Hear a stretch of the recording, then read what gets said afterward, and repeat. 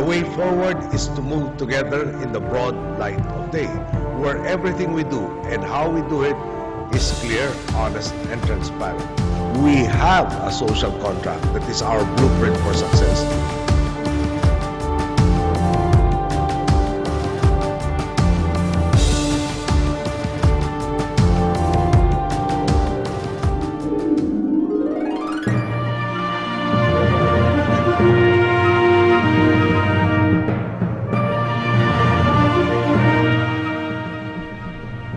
The Philippine Development Plan 2011 to 2016 is anchored on the social contract and on the 16-point agenda. It translates the social contract to specific strategies, programs, and projects.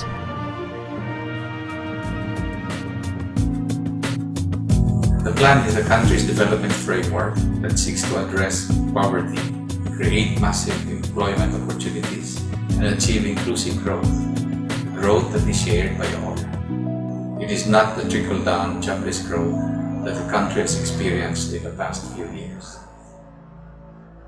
As a background, inclusive growth has been elusive in the past. This is due to low growth, weak employment generation, and persistently high inequality. These, in turn, can be traced to the following underlying factors: inadequate infrastructure, resulting in low levels of investment; major gaps and lapses in governance; inadequate levels of human development; and poor and degraded state of environment and natural resources. To address these problems and achieve inclusive growth, the plan outlines the following strategies and programs. The country urgently needs massive investment in infrastructure, particularly in the transport and power sectors.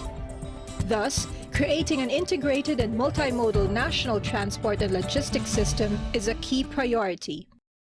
This will connect underserved but otherwise productive areas and communities to markets and social services. To overcome the constraints posed by large budget deficits, government is generating funds for infrastructure investment through better tax collection and more rational budget allocation. Given the need to immediately attend to social development and poverty alleviation, government is relying on public-private partnerships, or PPP, to implement the bulk of its infrastructure program.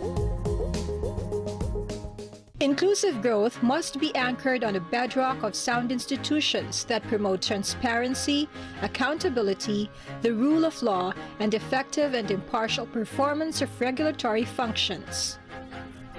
To achieve responsive governance, systems that promote objective decision-making, professionalism, transparency, and accountability are being instituted and mainstreamed. Reforms in the budgeting process and public procurement are being implemented to restore public confidence in government institutions and practices. Zero-based budgeting, or ZBB, is being adopted, subjecting department and agency budgets to intense scrutiny. To avoid abuses such as conversion and fund diversion, budget releases are being aligned with the number of active personnel and actual progress of programs and projects.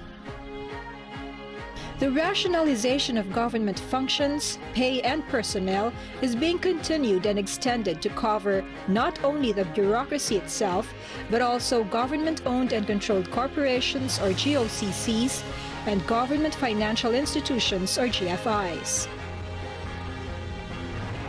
The anti-corruption drive is being strengthened with the passage of the Freedom of Information Act and the Whistleblowers Act, as well as several key programs against tax evasion and smuggling. To ensure that the voice of the people will be heard, private business, civil society, and the media are being engaged in governance, monitoring, and feedback. Together with physical investment, investment in the country's human resources is key to sustained and broad-based growth. This requires equitable access to basic social services, stronger social safety nets, and social protection against shocks. Major priority reforms in education are detailed in the Basic Education Sector Reform Agenda, or BESRA. This involves school-based management, enhanced learning efficiency, quality assurance and accountability, and complementary learning interventions. Equitable access to basic health care for all is being assured by strengthening the National Health Insurance Program, or NHIP, investing in public health programs to reduce maternal and child mortality, mortality and morbidity from communicable diseases, and upgrading of public health care facilities. To promote asset and human capital formation for the poor, conditional cash transfers are being pursued through the Pantawid Pamilyang Pilipino program, or 4Ps. The program provides direct cash transfers to the poor on condition that their children continue to attend school and the family uses preventive health care and nutrition services. Employment generation will be stimulated and sustained through increased investments. This will be supported by the following sub-strategies. Work arrangements that are mutually agreed upon. Exports that promote learning by doing and dynamic comparative advantage. Through active trade policy, exporters learn through time, and their skill sets evolve and become entrenched into more technologically intensive and higher skills processes. Technological expertise gained through exports generates positive spillover effects to other sectors in the economy, resulting in faster accumulation and innovation, and therefore accelerated growth.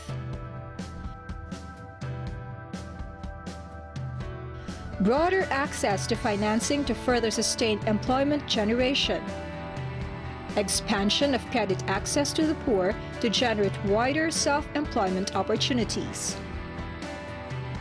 Collaboration between government and microfinance institutions to use microfinance as a tool for inclusive growth by expanding access to micro-enterprises and poor households to credit, savings, and other financial services. And opening of other channels for rapid employment generation through programs of community-driven development, which are linked to poverty relief and labor-intensive infrastructure projects of local governments. In summary, the plan focuses on the following key strategies: massive investment in infrastructure, transparent and responsive governance, human development and improved social services, competitiveness to generate employment, and lastly, access to financing. But these strategies must be complemented by a macroeconomy with low inflation and sustainable fiscal balances. Ecological integrity that includes mitigation of the potential impacts of environmental factors. Education, science, and technology to attain higher productivity. And advancement in the peace process and a guarantee of national security. With these key strategies, the plan envisions a country that has achieved an inclusive growth.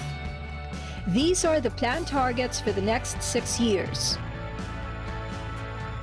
A GDP growth rate of 7 to 8% a year, supported by an increase in the investment to GDP ratio to 22% in 2016, resulting in employment creation of 1 million jobs a year and an unemployment rate of 6.8 to 7.2% with an annual labor force growth of 2.75%.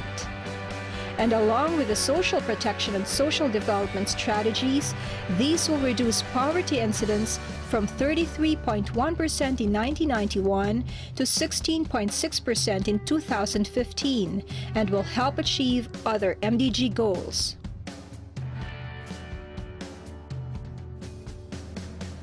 As a decision maker on behalf of the people, the government is accountable for the consequences of its actions. It must focus on performance and outcomes by linking results with actions, making it more responsive, efficient, transparent, and accountable. Thus, the targets of the plan are linked with organizational outcomes, are cascaded into agency-level development, and are guiding programming and budgeting. In addition, critical indicators for the outcomes and targets in each chapter of the plan are already set up and will be monitored closely. Accounting for results ensures that positive impacts are met and that public trust in government is achieved. To ensure that economic growth benefits our people, the regions play a vital role. Through the Regional Development Plans, or RDPs, the PDP shall be translated into activities that spur productive opportunities in the countryside. The regions play a vital part in the overall effort to ensure that all Filipinos shall benefit from our development programs. Ang hangarin natin ay isang pag-asensong mga tao kung saan kasali kayo at lahat ng mamamayang Pilipino. Let us join hands to ensure that no Filipino, wherever he is, shall be left behind in our efforts to improve the quality of life of our people.